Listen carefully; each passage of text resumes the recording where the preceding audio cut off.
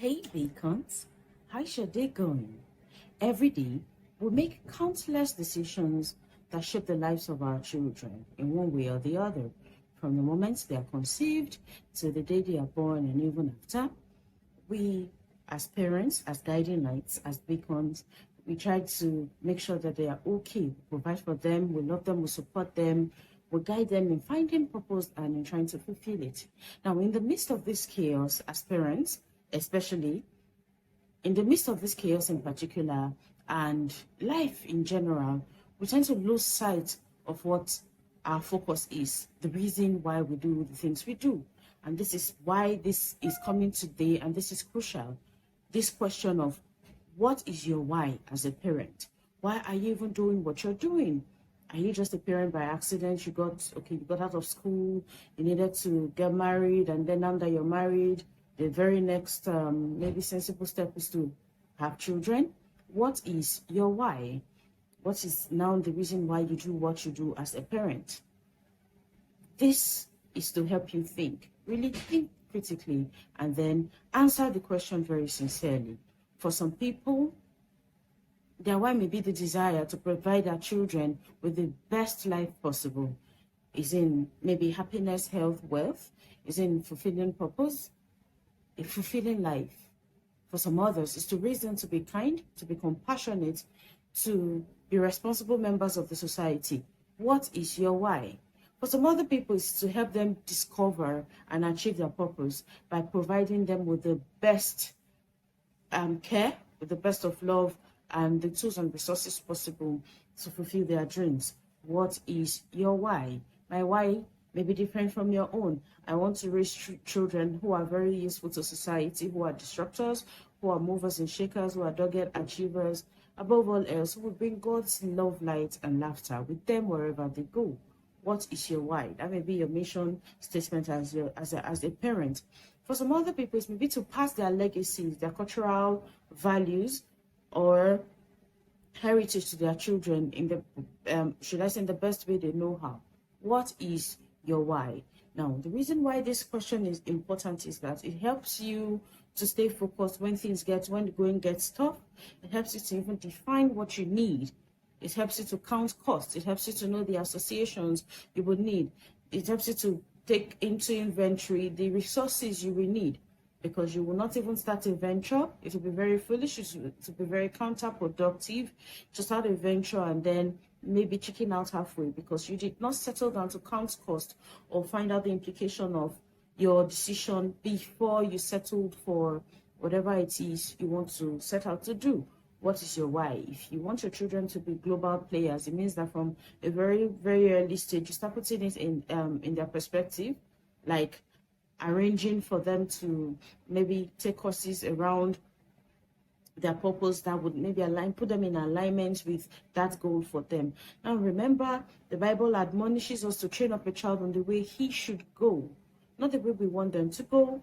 You're not trying to fulfill your purpose through them. You're not trying to live your life through them. You're helping them to find their purpose, discover their talent, meaning they are there already. They are just meant as beacons, as guiding lights to guide them to see it. What is your why? What makes you get up from the bed every day as a parent and say, today, as a parent, I'm going to do so, and so for my children or my child? What drives you? What pushes you? What motivates you? What inspires you? What puts fire in your bones to do what you do as a parent? What is your why? Meaning, the moment you find out why, your circle of influence has to also be in alignment with that goal. What is your why? Why are you a parent in the first place? What is driving you? Number two, you must set your goals. What are your goals? In the next couple of months, my child should be able to know how to do A, B, C, or D. My child should be able to possess so and so character trait or skill. My child should be able to have A, B, C, D, and E values or like living value. Yeah, my child should be able to do so and so chores. You must set goals. And remember what we said in our last video. You can find it on one of our playlists. Just go through the channel, okay? We talked about goal setting. Your goals must be smart. It must be specific. It must be measurable. They must be achievable, they must be realistic, and then they must be time bound. Don't go and say at age 2 your child should be able to pound yam, for instance, or be able to make French fries. Set goals that are realistic so that using the SMART guide so that you'll be able to get things done. Number 3, you must create a plan. Let us make man in our own image and likeness. So God said in the book of Genesis. Remember, if you do not plan, he who fails to plan plans to fail. If you do not have an actionable plan, you will not even know what you're doing and how you get to where you're going to. You first identify your goals, and then that you have, you must make a plan towards their achievement. God had a plan. He decided to create the world in 6 days and then rest on the 7th. He decided that on day 1 he would do so and so. On day 2 he would do this. On day 3 he would do this. He arranged them in such a way that one was contingent on doing the other. He arranged them in such a way that they were coherent. What if he made man first? When there was still water everywhere, how would he have survived? So borrow a leaf from that book and create a plan, a well-detailed, logical, coherent, and thorough plan. Number 4, be consistent. Don't show up today and tomorrow you are dilly-dallying. You must fix your eyes on the prize, and whether whatever storm comes, you must be very consistent, especially now that you have a million dreams keeping you awake. Number 5, communicate. That these children are little does not mean that they are brainless or senseless or clueless. It's their lives after all. They also have to have a say.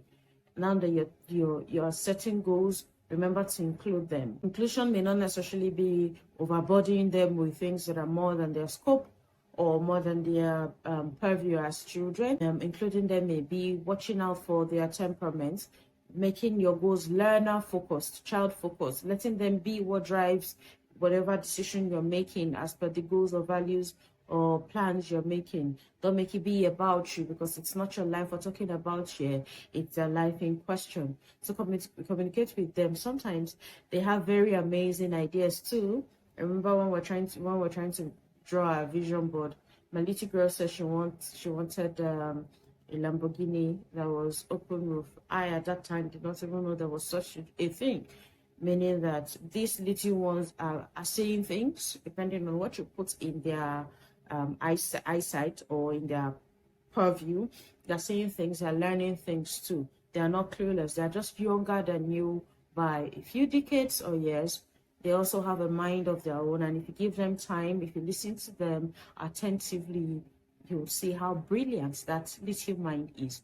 To achieve this, to communicate effectively with them, you need to be connected with them emotionally. I cannot communicate with somebody who I do not have any connection with.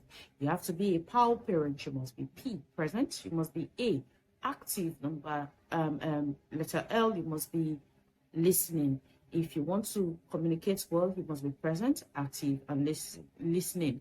You must be a pal parent. Communication is not a one-way tunnel. There is talking and then there's listening for feedback. Don't just go dishing out rules.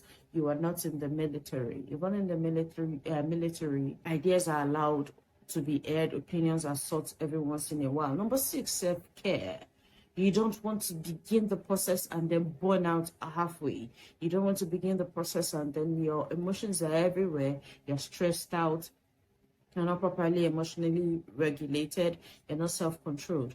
You must make our time to rest. Even the Almighty God, who neither sleeps nor slumbers, who is omnipotent, omnipresent, and all-powerful, took one day off to rest. You should again borrow a leaf from that page. Number 7 says, get knowledge. Lay not on your own understanding. Don't trust what you already know. There are experts on different subject matters relating to whatever goals you've set, whatever plans you have. Seek for knowledge. All right, go and get a prerequisite training you need to be able to better your odds at getting your goals achieved or gotten. You understand that, right? Number 8, or seek for support. You cannot. I remember there used to be a saying when we're growing up. I still think it counts now. It takes a village to raise a child. You cannot run the race alone. You cannot do it all by yourself. You certainly will burn out.